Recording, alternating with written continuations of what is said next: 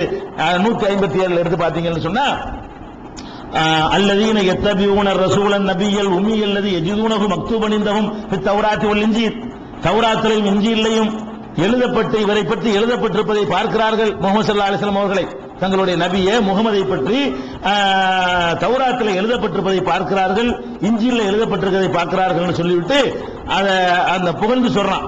அதுக்கப்புறம் அல்லாஹ் சொல்லி காட்டுறான், ஃபல்லதீன ஆமனூ பிஹி, யார் இந்த முகமதை நம்புகிறார்களோ, அஸ்ஸரூஹு அவரை உதவி செய்கிறார்களோ, அவரை பலப்படுத்துகிறார்களோ, நஸருஹு அவருக்கு உதவியாக இருக்கிறார்களோ, ஒத்தபவும் நூறல்லதி உன்சிலமாகு அவருக்கு அருளப்பட்ட ஒளியை பிரகாசத்தை குர்ஆனை பின்பற்றுகிறார்களோ, உலாயிக ஹுமுல் முஃப்லிஹூன் அவர்கள் தான் வெற்றி பெற்றவர்கள் என்று சொல்றான்.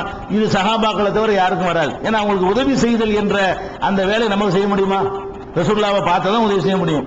அவரை பலப்படுத்தி அவருக்கு உதவி செய்தவர்கள் என்று அல்லாஹ் பாராட்டுறான, அவங்க வெற்றி பெற்று விட்டார்கள். அப்படிப்பட்ட வெற்றிக்குரியவர்களாக சஹாபாக்கள் திகழ்றதை பார்க்கிறோம்.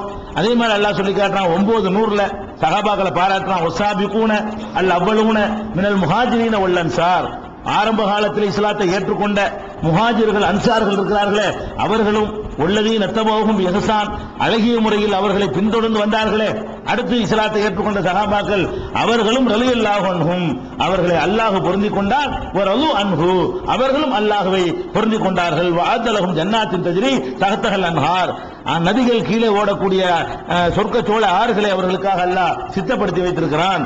ஹாலிதீன பிஹா அபதா, அதில் என்றென்றும் நிலையாக இருப்பார்கள் என்று சொல்லி 900ல அல்லாஹ் சொல்லி காட்டுகிறான். அதே மாதிரி கஷ்டமான நேரத்தில் ரசூல் ஸல்லல்லாஹு அலைஹி வஸல்லம் பின்பற்றினாங்களே, இந்த பத்ருக்கு முன்னாடி வரைக்கும் ரொம்ப கஷ்டமான நேரம், நம்ம கை தாழ்ந்திருந்த நேரம், அந்த நேரத்தில் பின்பற்றியவர்களை அல்லாஹ் என்ன செய்யறான்னு கேட்டா, லக்கத் தாபல்லாஹு அலா நபி, அல்லாஹ் நபியை மன்னித்து விட்டான்.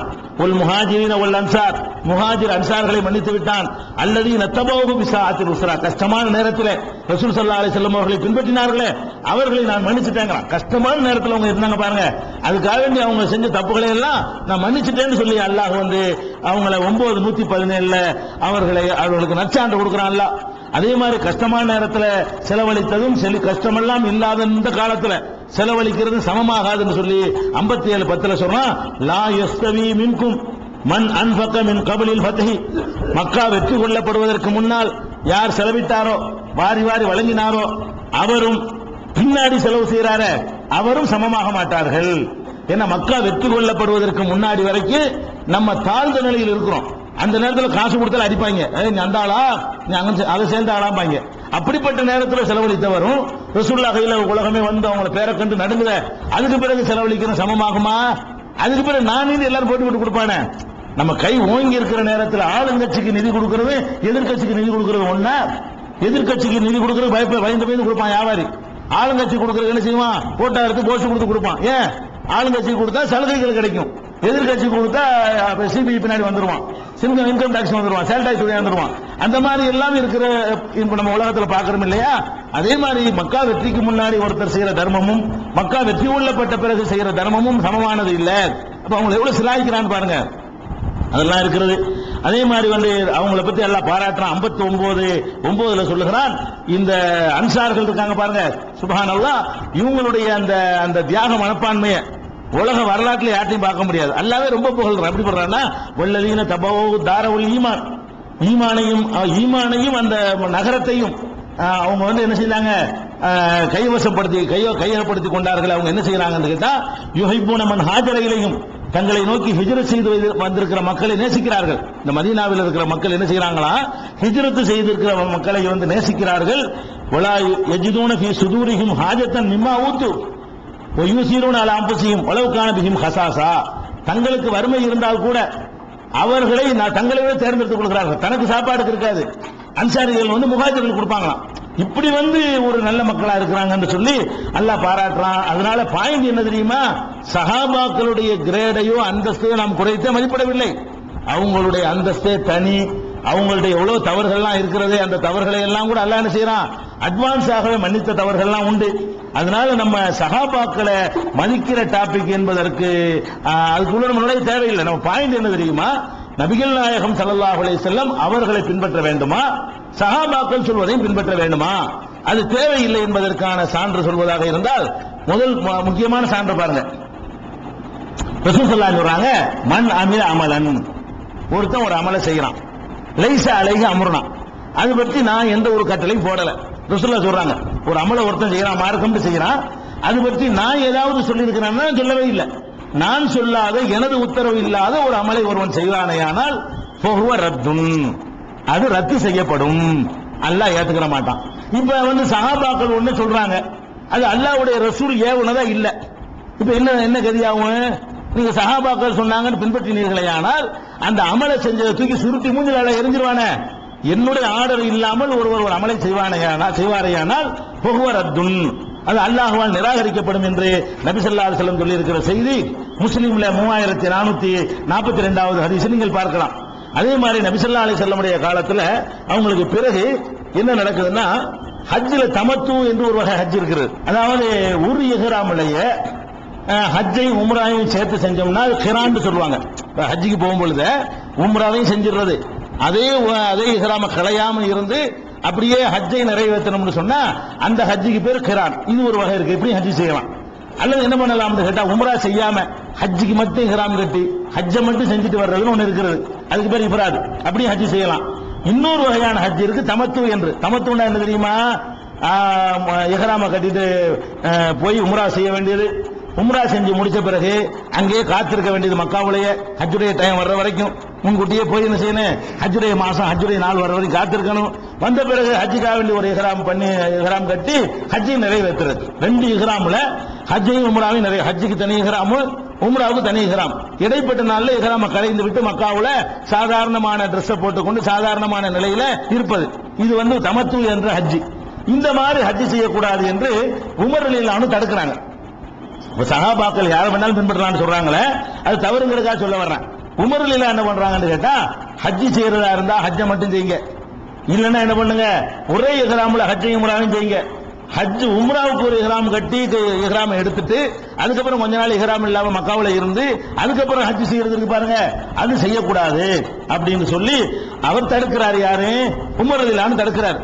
உமர் ரலியல்லாஹு அன்ஹு மகன் இருக்கார்ல இப்னு உமர், அவர் என்ன பண்றாரு, வேணும்னு பாப்பா அத்தா எதை தடுக்கிறார் செய்யறாரு.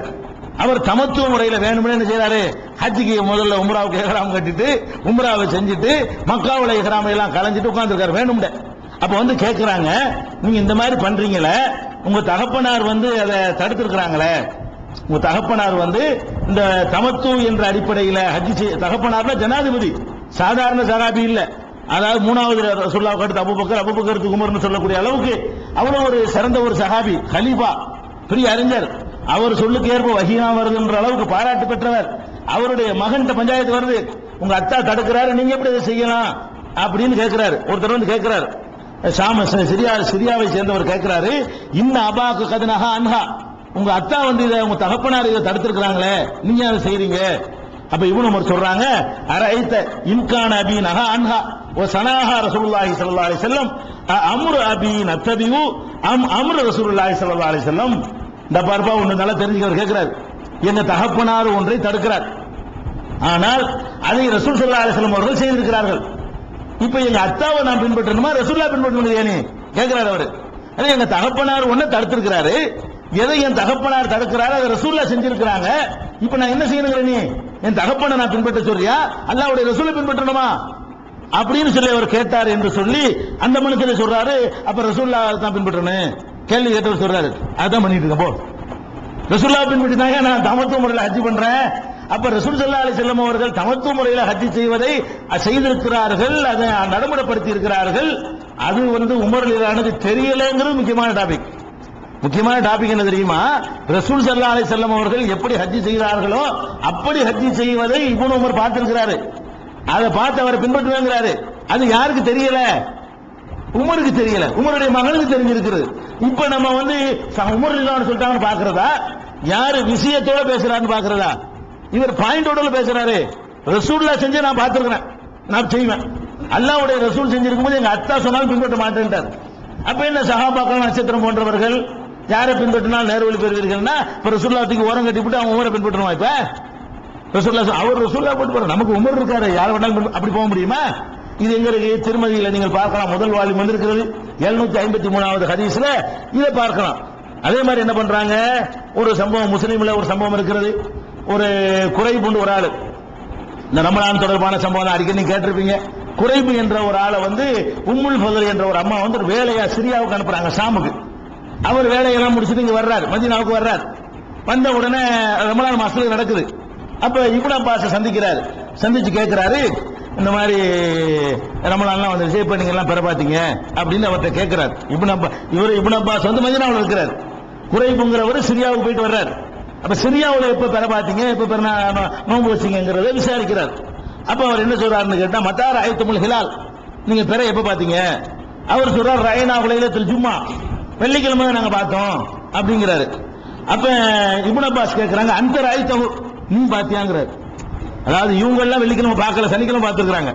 மதீனாவுல உள்ளவர்கள் சனிக்கிழமை பெறைய பார்த்து ஒரு சனிக்கிழமை ஏதோ ஒரு சனிக்கிழமை பெற பார்த்து நோன்பு வச்சுட்டு இருக்காங்க.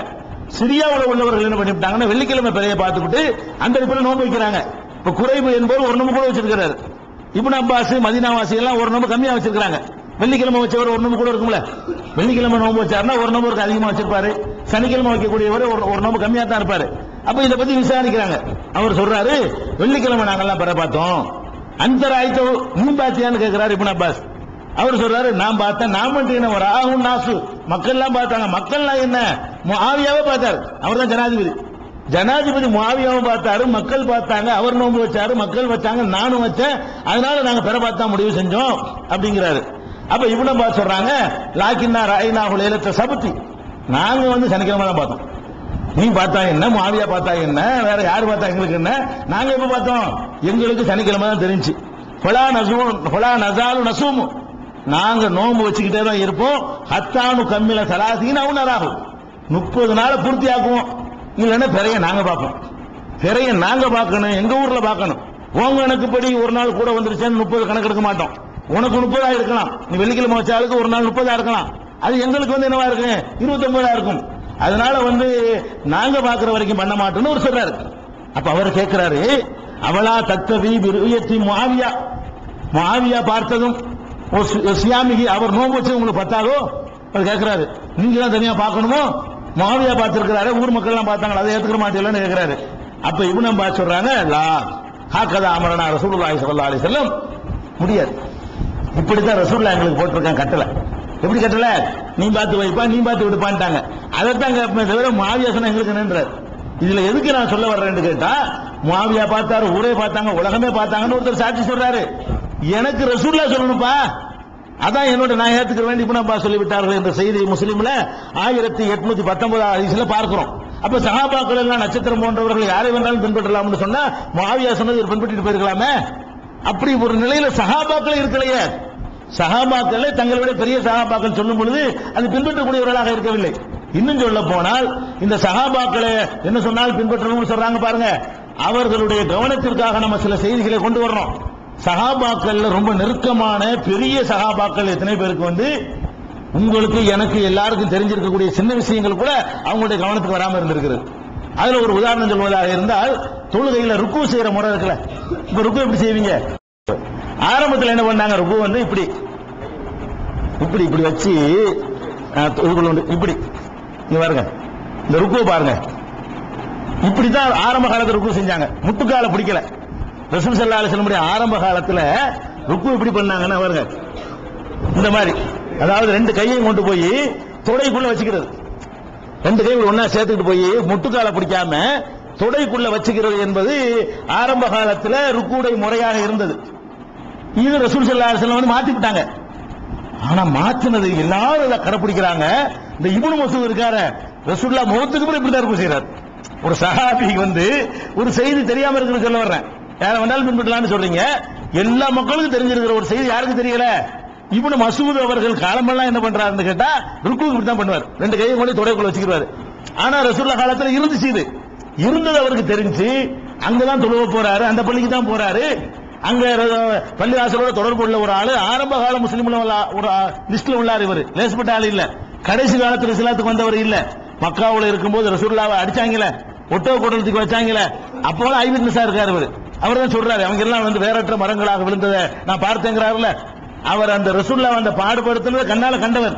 அப்படின்னா என்ன அர்த்தம்? ரசூலுல்லாஹ்வுடைய ஒரு 40-42 வயசுலயே இஸ்லாத்துக்கு வந்துட்டார்.